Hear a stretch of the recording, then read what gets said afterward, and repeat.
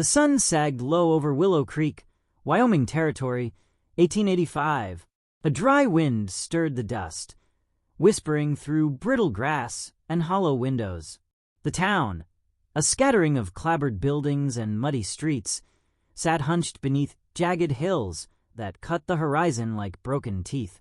Along the main street, a girl limped. Each step faltered. Her torn dress flapped at the shoulder, revealing skin patterned in purpling bruises. Blonde hair hung tangled and damp across her face, and her eyes, swollen red, searched the ground like she expected it to swallow her whole. Shopkeepers swept their porches with unnecessary vigor. Conversations died mid-sentence. Behind cracked windows, curtains twitched. A silence thicker than dust choked the air. The sheriff leaned against a hitching post outside the saloon, thumbs hooked in his belt. His eyes, cold and flat, tracked the girl, but he did nothing. Clara Mayfield, 16, stumbled past him. She stopped at the steps of the schoolhouse, knuckles white on the rail. The young schoolteacher, Miss Albright, stood there, ledger in hand. Clara's voice cracked, no louder than the breeze. "It hurts when I sit." For a moment, something flickered across Miss Albright's face. Pity, maybe. But it vanished beneath practiced indifference. "Hush now, child," she whispered, eyes darting to the sheriff. "Best keep walking." Clara did. At the edge of town, her legs buckled. She collapsed beside the hitching rail outside the livery, her small body folded in on itself like a wounded bird. A boot step crunched nearby.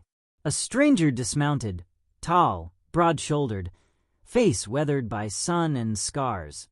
His eyes, icy blue, sharp as a hawk's, swept over the girl, noting the bruises, the torn fabric, the trembling hands. Nathan Cole, ex-cavalry, drifter, haunted. "Easy now," he said, offering a steady hand. Clara flinched, but her fingers found his. Whispers curled through the street like smoke. "That's Marcus Reed's niece," someone hissed. "Best not get involved," another muttered. Nathan heard them. The cowardice, the warning. Part of him wanted to keep moving. Towns like this festered, secrets hidden under floorboards, law twisted by money. But then Clara looked up. In her eyes, fear, yes, but beneath it, something else. Raw desperation, silent pleading. He helped her to her feet. Her legs wobbled. "You got someone to look after you?" he asked. She shook her head. "Where's your folks?" "A beat. Dead," she whispered. Nathan's jaw tightened. The wind picked up, tugging at his coat. Over the hills, thunder grumbled, distant, but coming. Trouble always did. Nathan guided Clara to the livery steps. His fingers brushed her shoulder. She winced. More bruises. "Who did this?" he asked low. Her gaze darted, toward the saloon, toward the sheriff, toward the ranch sign visible beyond town. Reed cattle. Nathan's eyes narrowed. A shadow moved across the sun. Storm clouds stacked on the western ridge, fat with rain and anger. "All right," Nathan muttered to himself, settling his hat lower over his brow. "Guess I'm staying a while." Above them, the town of Willow Creek held its breath, and the horizon promised a reckoning.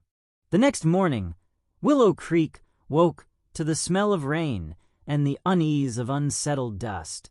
Nathan Cole hadn't left. His coat draped over the livery rail. His saddle rested nearby. Folks noticed.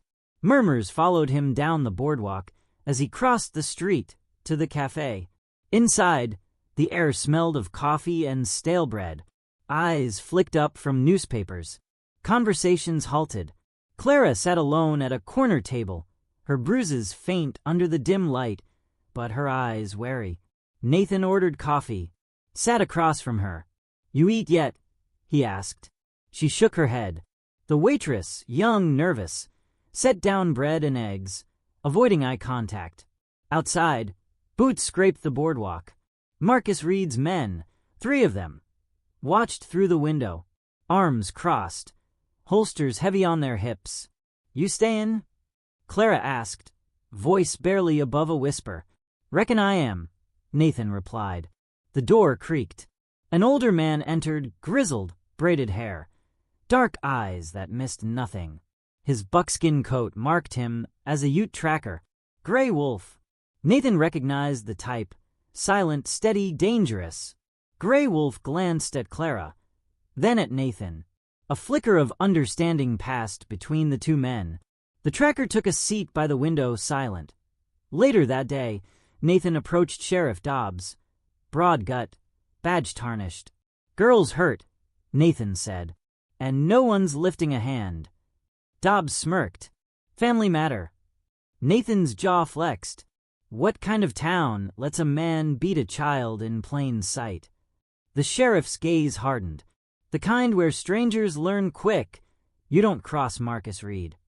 Nathan turned away, disgusted. "That be why the creek." Nathan found Gray Wolf. "You know what's happening to her," Nathan said. The tracker nodded. "This town belongs to Reed. Law looks the other way." "And you?" Gray Wolf shrugged. "They don't see me. Don't fear me." Nathan tossed a rock into the stream. "Reckon it's time they did." That evening, as the sky bled into twilight, Reed's men cornered Nathan outside the saloon. "Town's full," the leader sneered. "No room for drifters." Nathan's hand hovered near his belt. "I'm not leaving at—" Tension crackled. Boots shifted. Guns gleamed. Gray Wolf appeared, silent, watchful, behind them. One by one, the men backed down, eyes darting. They left with promises of trouble. The next morning, Clara was gone. Her small room above the cafe empty, bedding tossed, a smear of blood on the sill. Nathan's heart clenched. Outside town, near the old mine road, he found a scrap of fabric. Her dress. Tracks led into the hills. Gray Wolf emerged from the pines. "They took her," the tracker said. Nathan's grip tightened on his rifle. "Then we take her back." Storm clouds gathered. The final reckoning loomed. The hills outside Willow Creek burned with twilight as Nathan and Gray Wolf moved like shadows through the pines. The air smelled of pine pitch, damp earth, and fear. Atop the ridge, nestled among the rocks, stood an old hunting cabin. Its windows dark, its chimney dead, but faint voices drifted down, angry, gruff. Nathan raised his rifle. Gray Wolf signaled. 2 men outside, more inside. In the fading light, they crept closer. Clara sat bound to a chair, her wrists raw, her cheeks swollen. Marcus Reed loomed over her, cigar smoke curling around his face. "You embarrassed me, girl," Reed hissed. "Running your mouth, bringing strangers into this." Clara's voice trembled but held steady. "You can't hurt me anymore."